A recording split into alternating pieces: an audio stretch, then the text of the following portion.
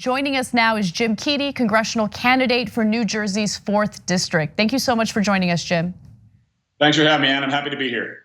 So you are referred to as a progressive leader, and I wanted to talk about your progressivism a little bit. There are a number of issues that progressives have signed on to that they're pushing for, fighting for, including Medicare for all, the Green New Deal. And it seems as though every candidate has an issue that really speaks to them, the issue that they want to highlight in their campaign. So I was curious, which issue is the most important to you? The climate crisis, absolutely. Okay. I've seen the climate crisis up close and personal. In my hometown of Belmar, New Jersey, we had Hurricane Sandy slam into us in 2012. It devastated a lot of the 4th District.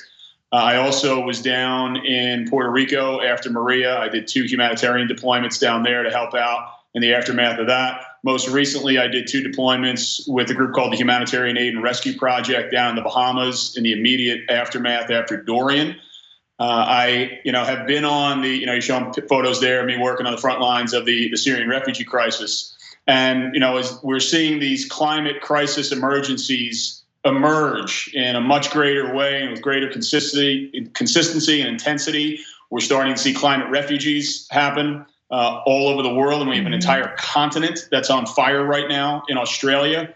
And having had those really personal, visceral experiences with Sandy, Maria and Dorian, having had the experience of working in refugee camps with people who were running from it, in those cases, war, and marrying those 2 together, I am deeply concerned about what we are going to be facing as a country and as a world as the climate crisis intensifies. And look, I'm passionate about a range of progressive issues, whether it's Medicare for all, college for all, dealing with the criminal justice reform, racial justice reform, getting big money out of politics. But if we don't deal squarely with the climate crisis and match it with the intensity that it was created and the intensity that is now, attacking our globe, none of those other issues are going to matter.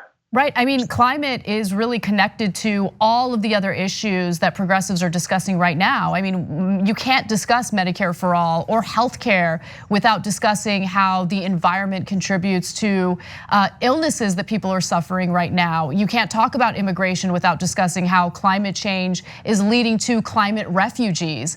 And so I think it's great that you're honed in on that issue, and it's important to have real fighters advocate for significant policy changes like the Green New Deal. But how do you approach that, not just from a national level, but let's say in a best case scenario, you win and Congress successfully passes a Green New Deal. How do you work with international leaders, let's say with the leader of Australia, to convince them to act on the Green New Deal or on climate change, especially when you have climate deniers in countries like Australia, which is currently on fire? Yeah, so in the same way that we deal with the issues here, we do it at the grassroots level. And one of the things in the arc of my 25 years of doing grassroots education and advocacy and organizing, it's been national and international. So when I was doing work in Greece on the front lines of the Syrian refugee crisis on the island of Lesbos, that was an international community of a ragtag bunch of volunteers, small scale NGOs, larger NGOs, and we all worked beautifully together. And I told people over and over again from that experience, my God, if the people that I was lucky enough to volunteer with on Lesbos, if we were in charge, if we were running our governments around the world, what a much different world we would have. So in the current situation, we're not.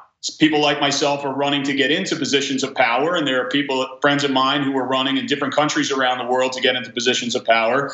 And I can make those calls, and we can touch base with the grassroots organizers that I've already done work with in multiple countries around the world. I also did work, for 14 years, I was doing work in the largest Muslim country in the world, in Indonesia.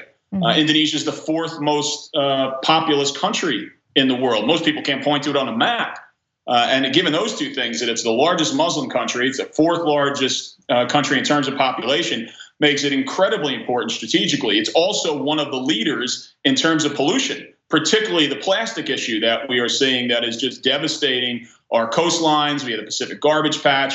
I have those personal connections in a place like Indonesia. My friends are now, grassroots activists that I was working with 20 years ago in the slums organizing on behalf of Nike factory workers. Some of them are now in really important positions in the Indonesian government.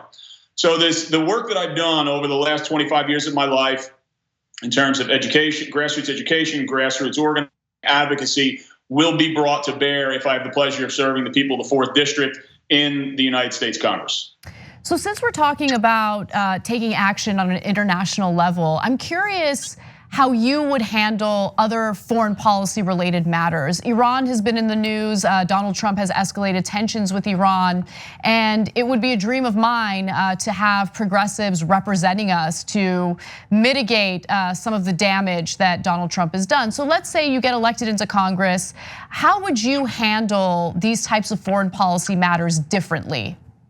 Sure. Well, the first question that I would want to ask, let's say we're a sitting member of Congress today, I would want to know what the president's end game is. And what is his plan for getting there? What are his goals with regard to Iran? And what is his plan to achieving those goals?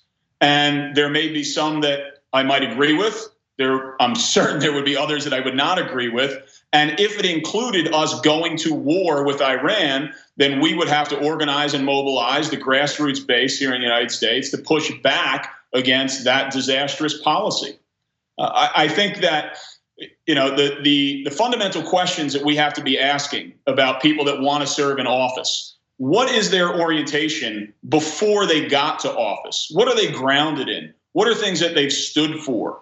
And for my entire adult life, I've stood for peace and justice and trying to create social justice so that we can have peace, create economic justice so that we can have peace, push for racial justice so that we can have peace. So if the orientation is toward peace and justice, the specifics in any given situation will present themselves as it happens, right? Having served in office, I was an elected official in the city of Asbury Park. If we have any Springsteen out there, that's where Bruce cut his teeth. Asbury Park, his breakout album. So I was a councilman in the city of Asbury Park. And when you run for office, you have the things that you're really passionate about that you say you want to do.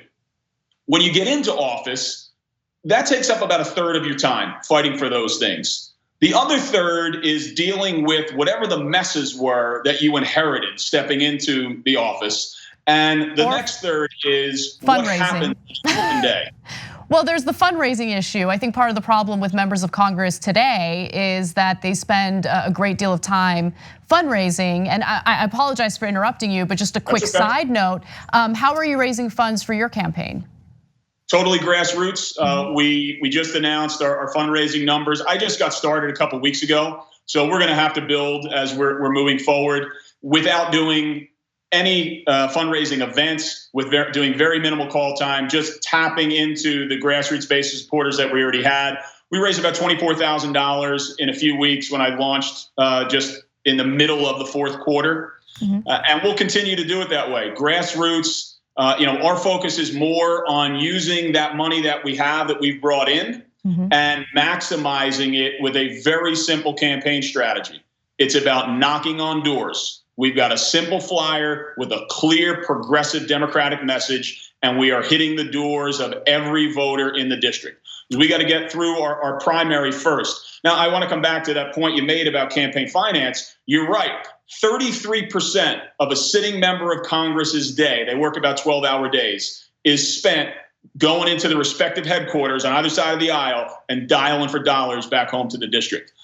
I do not want to be that kind of elected official. And the way that people can help, people who are running for office like myself, who don't want to do that, is by making those grassroots online contributions. So I would encourage people who are watching this, if the message that we're sharing here tonight resonates with you, please go to jimkeady.com, JIMKEADY.com, click on donate and make your grassroots contribution. We're going to need help from progressives, particularly from the 4th District. I'm proud of the fact that the majority of our contributions in the fourth quarter came from people in New Jersey, and the majority of the contributions that came from people in New Jersey came from people in the 4th District. We have 44 towns in the 4th District. We got contributions from people in 30 of those towns, and we're going to build on that. We will get all 44, but we're also going to need help.